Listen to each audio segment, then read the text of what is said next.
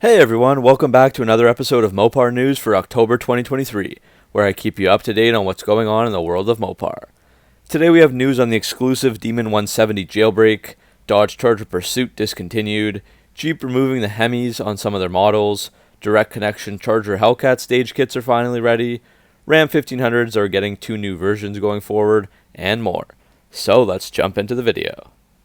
We'll start with the Demon 170, the 7th and final Last Call 2023 Special Edition, marking an end to the current internal combustion era for the Challenger Coupe and Charger Sedan.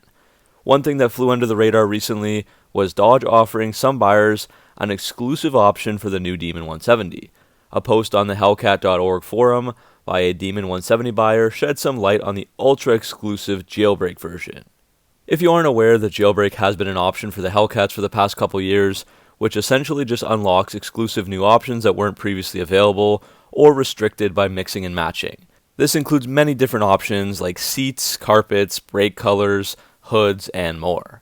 According to the poster by the name of Decals, and also later confirmed by Dodge spokesperson Darren Jacobs, some customers were offered the one-of-one jailbreak option based on their brand loyalty.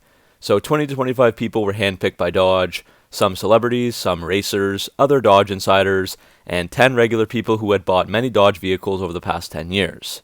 A few people we might recognize include Jay Leno, Tim Kuniskis, Michael Strawn, and Bill Goldberg. Each person was given a sample of 40 colors, 20 legacy heritage colors from 1970, and 20 newer ones picked by the SRT team. All the people were sent the 40 paint samples overnight on the same day, and the first one that replied with an email to Dodge with their color selection got that color. Only one of each color will be built, and the plaque will state that it's a one-of-one with the color and customer name on it. According to the poster Decals, here's a list of colors that have been chosen so far, and I've tried to get a vehicle in that specific color to show just what it looks like. The MSRP plus destination charge and gas guzzler tax bumps the Demon base price to $100,361 before any dealer markups.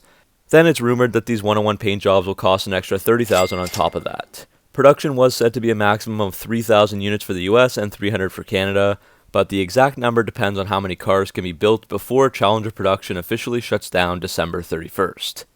There was also a Barrett-Jackson auction on June 24th, 2023, where the last build slot for a Demon 170 was auctioned off for charity. It ended up selling for $700,000 US, all of which goes to the Christie House charity that is dedicated to eradicating child abuse and child sex trafficking.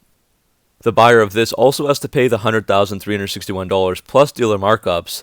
They just have won their build spot, so that's confirmed for them. The key thing here is that the winning bidder can have their SRT Demon 170 painted any PPG OEM factory finish color. So to get a look at the color options, the customer can visit a local PPG location or independent retailer and look at the automotive finish colors and pick whichever one they want for their one-of-one Challenger.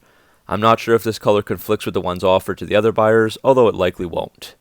So this is a pretty cool thing that Dodge is doing, and means that you could get a look at a very rare one-of-one Demon 170 color in the wild if you're lucky enough, or if these cars even get taken out of the garage. Shifting over to the Dodge Charger, with the end of this generation also marks the end of the Charger Pursuit after a long run since the introduction of the 2006 Charger Police Package. Most automakers and law enforcement agencies have been shifting their focus towards SUVs and light trucks for some time now, but still the Charger was able to take some market share and was used all across North America as a police car. The current version was in use mostly unchanged since 2015. It looks like a 2015 base model Charger, but obviously with the cop add-ons like a push bumper, A-pillar spotlights, built-in wigwag lights, new LED daytime running lights, a roof-mounted light bar, rear deck lit emergency lights, and custom wraps available directly from Mopar. Unlike civilian vehicles, there aren't trim levels. There's just 2 models, a V8 rear-wheel drive and a V6 all-wheel drive. The starting price for the V6 Pursuit is around $37,000, while the V8 is around $39,000. These used to have the outdated 5-speed automatic, but that changed in 2021 where the 8-speed torque flight automatic transmission was added as standard for both the V6 and the V8 engines. As mentioned, the V6 is all-wheel drive only now, with a 3.6-liter Pentastar V6 engine, with 300 horsepower and 264 pound-feet of torque. The rear-wheel drive 5.7-liter Hemi V8 gets 370 horsepower and 395 pound-feet of torque. Pursuit models do get upgrades like a heavy-duty alternator and battery, brakes, suspension, ballistic door panels, as well as a column-mounted automatic shifter, heavy-duty cloth bucket seats with a vinyl rear bench, and 6-way power driver seat inside.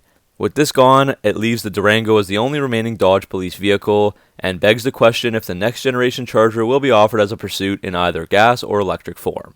We've already seen the Hemi engines being removed from the Dodge Charger and Challengers going forward, and now unfortunately the same treatment is being given to the Jeep Wagoneer and Grand Wagoneer.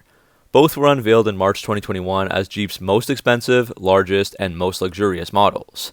Since the release, the Wagoneer offered the 5.7-liter Hemi V8 standard in the entry-level Series 1 model, and also optional on some other models, and the Grand Wagoneer offered the 6.4-liter Hemi V8 as an alternative to the Hurricane 3-liter turbo engines at no cost, until now. Stellantis fleet info for the upcoming 2024 models confirms that these Hemis are no longer an option for either of the big Jeeps. The 5.7 is phased out for the twin-turbo 3-liter Hurricane standard output inline 6-cylinder engine with 420 horsepower and 468 pound-feet of torque. The high-output Hurricane version with 510 horsepower and 500 pound-feet of torque replaces the 6.4-liter Hemi. This is something I would also expect to see in other models going forward, like the Ram trucks. Next up, we finally have some updates on the direct connection stage kit for the Dodge Charger. Back in November 2021, Dodge and Mopar revived the direct connection performance parts brand, and they announced a long list of stage kits that were designed for all the Hemi V8 models from the 6.4-liter and up. All the kits were delayed thanks to issues with government regulations. Then the Challenger Hellcat kits released, and we still haven't even heard much about the 6.4-liter kits yet. The Charger kits were delayed even further, but now they're being dispatched to dealers for the 2021 to 2023 Dodge Charger Red-Eye models and some Hellcats as well. Note that the kits are pretty much the same for both the Charger and Challenger Red-Eye. This is a safe and easy way to add horsepower, and if a Dodge Power Brokers dealer installs it, it won't void the factory warranty, which I think all Red-Eyes will still have at this point in time. As I said, the kits are the same for both Charger and Challenger, with a pre-stage, Stage 1, and Stage 2. There is supposed to be a Stage 3 at some point as well, but I've heard nothing about that one yet, and its release is still TBD. The pre-stage is $1,195, and for this one you're basically paying for the handheld tuner that plugs into the car's OBD2 port. It includes a 5-inch full-color HD touchscreen monitor that can record performance data, 0 to 60, quarter mile, and eighth mile, check diagnostic codes, and give you different gauge screens and customizable themes and numbers. It also adds 5 horsepower up to 802 for this car, along with a performance air filter and 180 degrees thermostat, and factory-tuned calibration with 5-degree spark advance. The Stage 1 is $395, and this gets you a high-performance calibration key code, which unlocks the factory-tuned Stage 1 calibration. 840 horsepower and 770 pound-feet of torque is achieved by enabling high-octane functionality, which means the use of 100-octane race fuel via the direct connection tuner kit.